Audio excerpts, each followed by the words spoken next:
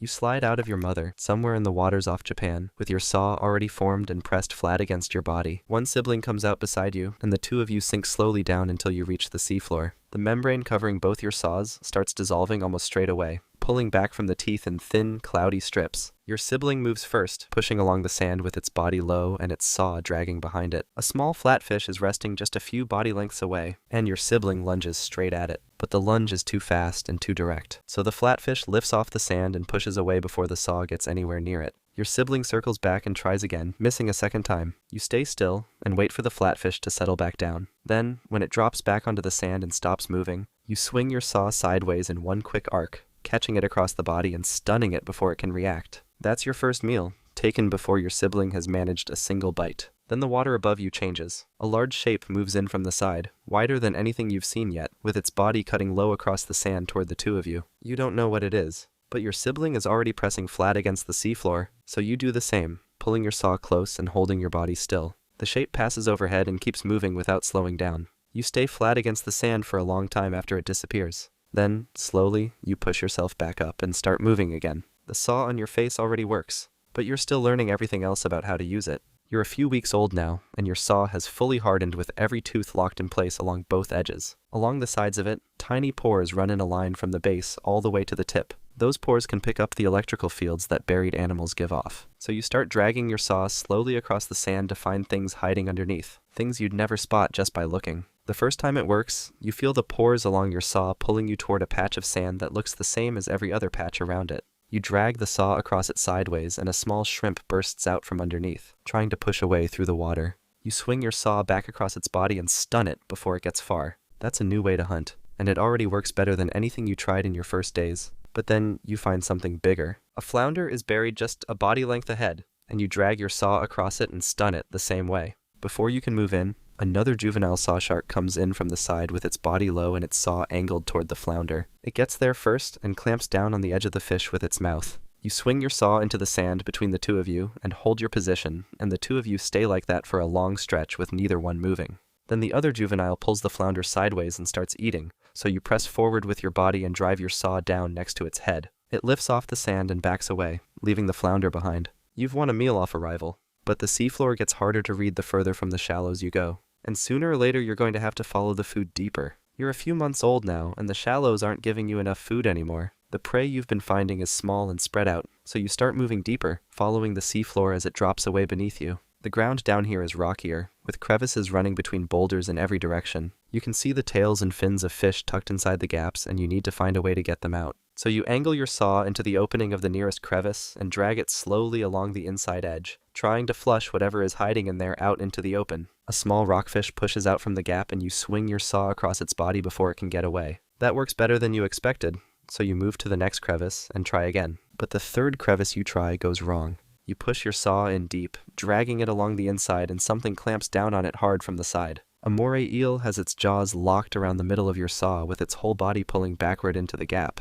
You pull back hard with your whole body, trying to drag it out into the open, but it holds its position and twists its body tighter around the inside of the crevice. So you change direction and drive forward instead, pushing your saw deeper into the gap, and the eel releases and pulls back further into the rock. You back out slowly with your saw free and a few tooth marks pressed into it. That's a useful lesson. Not everything hiding in a crevice is trying to escape. Some of them are waiting for you to get close enough. You figured out how to flush prey from gaps, but the bigger fish down here have never seen a sawshark before, and some of them are going to push back a lot harder than a moray eel. You're around 1 year old now, and for the past few days, a broad-nosed 7-gill shark has been following you along your hunting ground, staying back just far enough to watch without getting involved. You stun a fish and move in to eat it, and the 7-gill comes in from behind and takes it before you can get your mouth around it. You stun another one a short while later, and the same thing happens again. By the third time, you've lost 3 meals in a row to the same animal without it doing anything, waiting for you to do the work. So on the fourth pass, you change what you do. You drag your saw across the sand and pick up a signal from a fish buried just under the surface near the base of a rocky overhang. And instead of stunning it in the open the way you normally would, you position your body so the overhang is directly above the spot. You swing your saw and stun the fish, and the 7-gill comes in fast from behind the way it always does. But as it drives forward with its body low and its mouth opening wide, you swing your saw up hard and catch it across the snout, driving the teeth into its face just as it closes the gap. It pulls back hard, shaking its head from side to side, trying to clear the hit. Then it turns and moves away along the seafloor without looking back. That's the first time you've used the space around you as part of the strike, rather than just the saw on its own.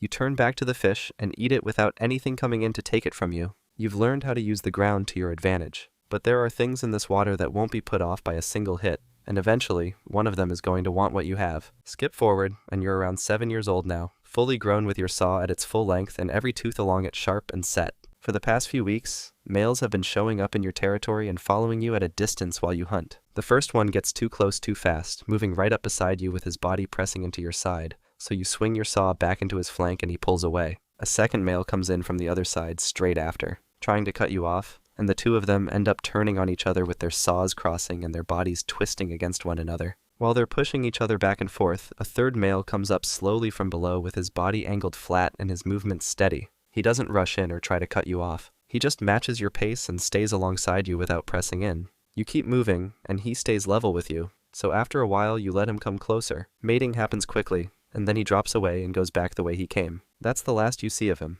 The embryos develop inside you from that point on, and you carry them while continuing to hunt across the same ground as always, with your movements staying just as deliberate and your saw working the sand the same way it always has. But carrying the embryos changes things over the following months. Your body gets heavier and you start staying closer to the seafloor, covering less ground with each pass. The deeper hunting grounds you've relied on start to feel harder to reach, and you find yourself pushing back towards shallower water for the first time in years. You're around 8 years old now, heavy with pups that are close to being born, and you've been staying in shallower water for weeks with your movements slower and your hunting runs shorter than usual.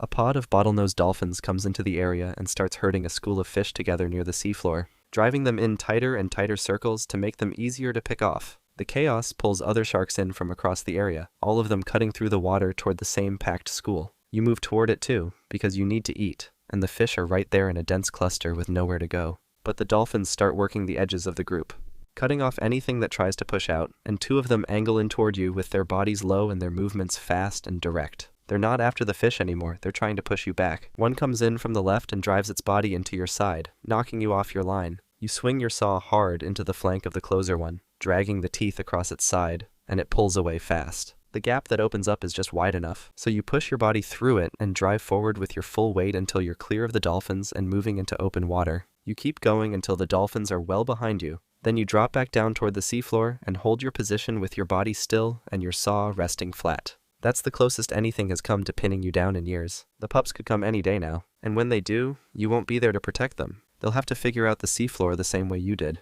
You're around 8 to 9 years old now, and the pups come on the seafloor, 2 of them, with their saws already formed and pressed flat against their bodies the same way yours was. They rest on the sand for a short while with their bodies still, and then they start moving on their own, pushing along the seafloor with their saws dragging behind them. You circle around them once, then you leave and head back toward deeper water. Your old territory is exactly where you left it, but a juvenile sawshark has moved into the middle of it while you were gone, working the same sand patches you've been hunting for years. You need that ground back, so you move toward it with your body low and your saw angled out to the side. The juvenile spots you coming and holds its position, trying to stand its ground, so you drag your saw slowly across the sand directly between the two of you, cutting a line through it right in front of the juvenile's face. It pulls back, then turns and moves away along the edge of the territory until it's out of your hunting ground completely. That's your ground again. You start working the sand the same way you always have, with your saw dragging in slow passes and your paws pulling you toward anything buried underneath. Your strike is clean, and your timing is as good as it's ever been. A few weeks back on your own ground, and your body is back to the weight it was before the pups, with your movements covering the same distances as before. But years of dragging your saw across rock and sand have worn some of the teeth down, and a damaged saw is slower and less precise. At some point, that's going to cost you a meal when you can't afford to lose one. Skip forward, and you're around 15 years old now. Several teeth along your saw are worn down to stumps, and the ones that are still sharp sit in gaps between the missing ones, so your strike lands uneven and slower than it used to.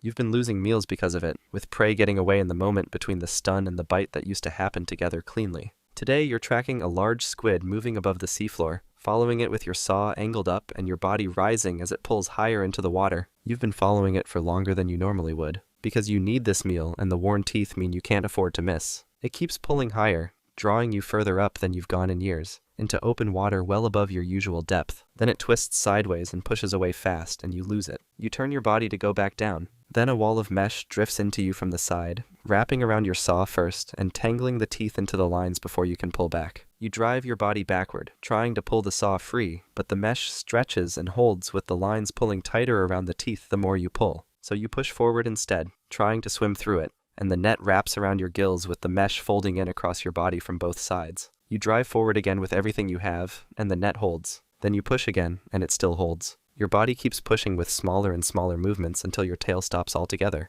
The current takes the net slowly, along with your body inside it. Moving across the seafloor with everything tangled together, drifting further from the ground you spent 15 years learning.